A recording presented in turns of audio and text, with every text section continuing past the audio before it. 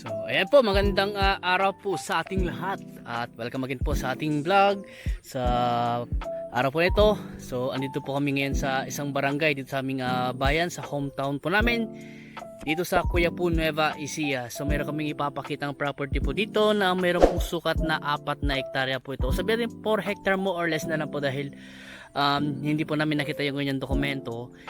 Pero ang sabi ng source po namin dito ay 4 na hektarya daw ito. So, ito nga po ay nakaalong siguro Barangay Road o Farm to Market Road po ito.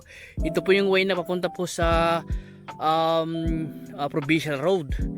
At doon naman po sa Banda Road, andun po yung Irrigation Road naman. So, dalawa po yung kalsada niya na nakaunan dito sa property na ito. At hindi natin problema yung power line dahil kitang-kita naman po andito yung poste ng kuryente at meron na pong nakakabit na po yung kanyang kuryente. So ang layo po niya sa town proper o sa palengke siguro sa mga 1.5 kilometro lang. O sabihin natin kulang-kulang 2 kilometro na lang po.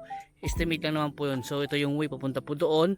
At ito nga po ay kasama pa yun doon, kasama pa yung mga manggahan daw doon. So ito po ay mango farm din po siya. Agricultural farm lot na may kasamang manggahan. So meron daw po itong 32 na puno ng mangga at malalaki na talaga, namumunga na po. At ito po yung ibang part po ng property na may mga alaga silang mga nag-aalaga sila ng mga panabong pero wala po ngayong manok. Tapos may mga kambing, ayan, may mga unfinished house at yun po yung bahay ng caretaker po siguro. So ito rin po ay meron din po siyang babuyan o piggery. So dito po sa harap, nandito po yung ng gate. Wala nga po siyang gate ngayon. At ang presyo po pala ng property na ito ay 250 per square meter daw po ang kanyang presyo, na ang sukat po niya is 4 na hektarya. Ayan. So pagbuhat pa lang po, meron po ditong piggery sa part na yan. Tapos may mga kulungan din po sila ng mga alaga ng mga hayop, siguro mga kulungan po ng mga camping po yan. Dito nga po sa may po dito, rebulto yan. Tapos may unfinished house.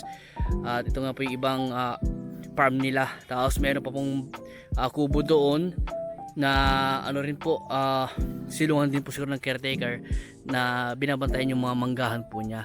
So dito naman po ay may magandang view dahil dito sa part na ito ay kitang kita dito yung mountain view. O halos ilang metro lang ang layo niya sa pinakapaanan ng bundok.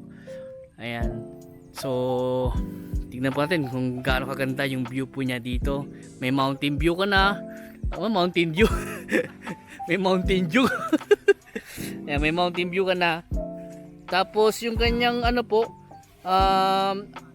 alay nyo sa provincial siguro mga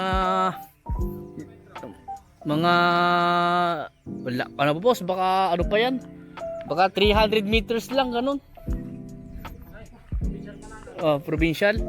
Ayan, tapos sa T-Plex pa, layo pa niya sa T-Plex, siguro mga mga 10 kilometers lang. Ayan po, so dyan po yung harap ng property. At ito nga po yung ibang silungan o kulungan ng mga alaga nila, mga hayop, may mga manok pa doon. At dito nga po, ito po yung to boss, bahay ng caretaker po to. Okay, bahay ng caretaker. Mayroong finish in unfinished house. Ayan. So puntahan natin yung kanyang piggery. Boss, ilan yung ng piggery niya, ilang box? Ilan yung kwarto niyan?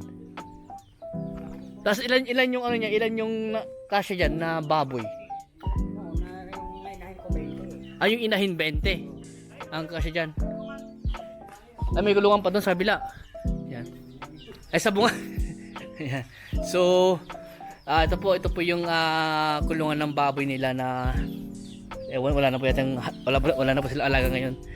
Ayan po, 1, 2, 3, 4, 5, 6 7, 8, 9, 10, 11, 12, 13, 14, 15, mga 16 yata yung kanyang box. So gato po kaluluwang yung kanyang box po ng piggery po nila. Ayan. So pwede sila mag-alaga ng baboy dito. Yan, pwede po yung mag-alaga ng baboy. So paano yung mga gamit kasama? Lahat ng gamit kayo kasama, pati yung sa bahay. Kasama daw po. So ayan, tignan nyo po kung gaano kaganda itong property na. Tapos ito nga po rin po, pagka pagkalagpas po nyo dito sa kanyang piggery, meron naman po siyang palayan. Ito po yung palayan po niya. Hanggang dun sa mga kahoy na yun, no? Tapos sa part na yan, may bako din yan eh. Tapos ayun na yung provincial highway, kitang-kita na rito. Tapos andun yung kanto po, papasok po dito sa irrigation road. Ayan po yung irrigation road po niya. Maluwang po yung frontage po niya dyan sa irrigation road. Hanggang dun po, siguro sabihin natin na sa mga 200 meters po siguro yung frontage po niya sa irrigation road. So may part na naani na po, tapos may part na hindi pa naani.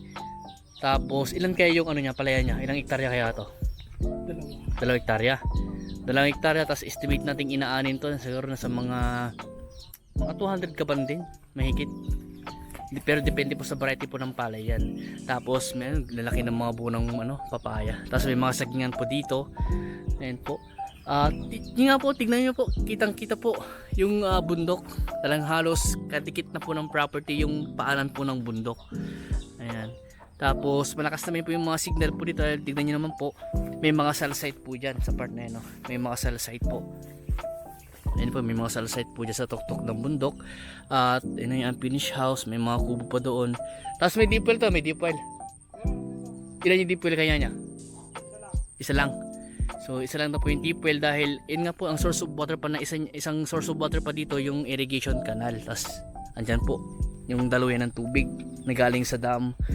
Ayan, at yun po yung source po nila, pampatubig po nila sa nilang palayan. Ayan po. So maganda itong property nito sa mga mahilig mag-alaga ng baboy, mag-farming. Ayan, maganda po ito sa mga nag-ano ng palayan, sa mahilig palayan. Ito po, nasa 2 hektarya po yung palayan daw po niya. So ito po yung deep well po niya. Ayan. So dito lang sa kumukuha ng tubig in case po na wala pong karga yung irrigation. Ayun o. Tignan nyo kung gano'ng kalakas yung ng buga ng tubig at pagbumba ko. Ganyan lang o. Oops. Oh, ang dami ng dami niya nilalabas. Tapos magaan pa. Oh, magaan pa kahit ganyan mo lang o. Oh. Tapos meron silang electric pump. So dalawa yung deep well nila. Tapos ito yung electric pump nila na may tangke na, may pressure siguro yan. Nilagyan ng pressure.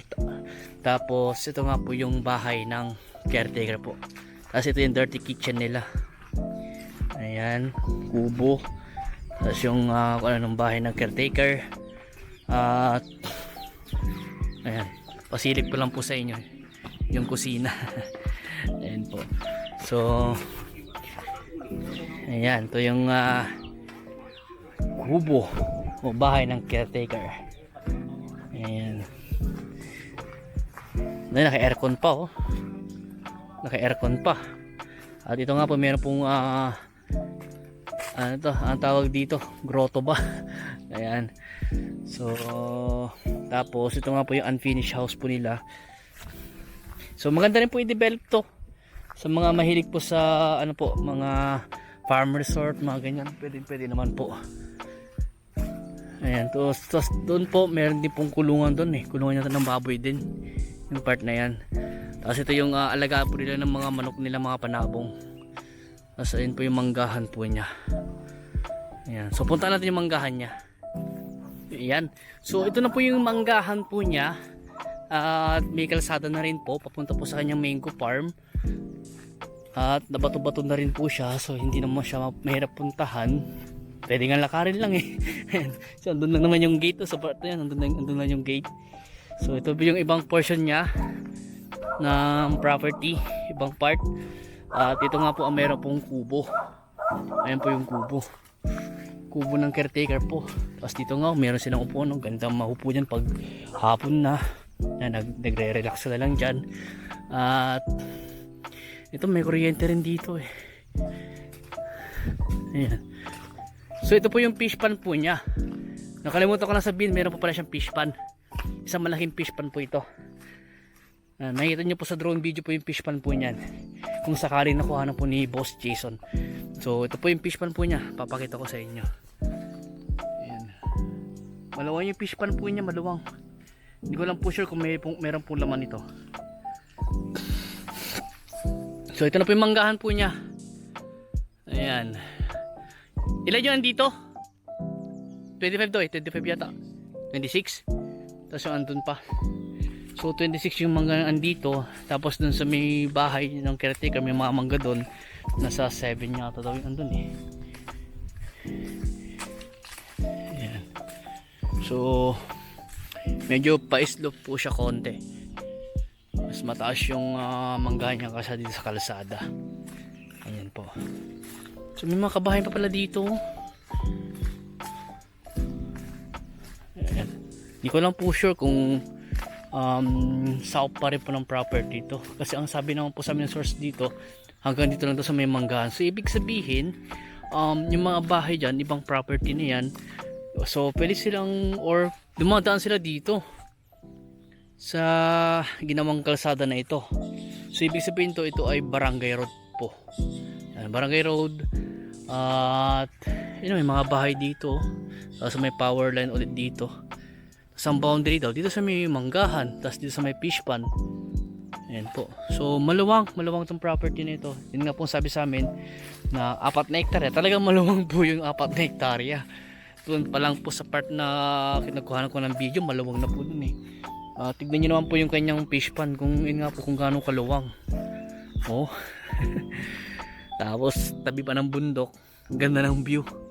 Kaya nakaka-relax tong property na ito. At marami kang pwedeng gawin dito. Kung mahilig ka sa farming, yun nga, meron kang rice farm, mango farm, may fish pond ka na.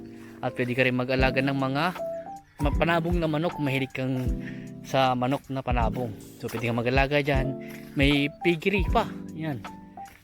Tapos tignan nyo yung source of water po niya, 3 o 2. O yung deep well. Ito rin, pwede rin source of water nito, patubig sa nilang palayan. Itong tubig ng fish pond. In case na aanihin mo na, tapos yung tubig niyan, iano mo na lang dun sa palayan. Yan. Rice farm, ito nga po yung kanyang fish pond, mango farm, piggery niya, tapos yung mga lagaan ng manok. At malapit pa ito nga sa palengke. Mga 1.5 kilometers lang ang layo niya sa palengke. Tignan niyo kung gaano kalapit lang yun dito sa property. Andun yung mga pangailangan mo. Kung bago ka pumunta rito, pwede ka na mamalengke doon bago ka pumunta rito. Tignan niyo may mga unfinished house pa na i-renovate mo na lang. Yan, may bahay naman na ng caretaker na pansamantalang pagtitirahan mo kung sakasakaling titira ka dito habang nire-renovate mo yung isang bahay. Tapos may mga kulungan pa dyan. Ayan. So marami ka pwedeng ganito. Pwede ka pa magtanim ng mga gulay dito. Kung ayaw mo, kung hindi ka mahilig sa panabong na manok, itong portion na to pwede mong tamnan ng mga gulay po yan. Gano'n po kaganda. Ulitin ko po, 4 hectare po ito na presyo niya is 250 per square meter. Dito po sa bahay ng kuya po. At ang pinaka the best na exit po dito kung sakasakali yung Anao exit na lang po, Anao T-Plex. At malapit lang din po ito sa MacArthur Highway, siguro na sa mga 5 kilometers lang po ang layo po niya sa MacArthur Highway. Ayan. So hanggang dito po muna. At sa bago pa lang sa aking YouTube channel, huwag niyo sana kalimutan po mag-subscribe at pakit na yung notification bell para ma-update po kayo sa mga binablog po namin mga property na kagaya po na ito. At please pakipollow po ko sa aking Facebook at subscribe din po sa aming YouTube channel. At pa-join po sa aming group sa Team Realtor Lot Listing Group. Ayan po. So hanggang dito po muna at maraming salamat po and God bless po sa inyo lahat.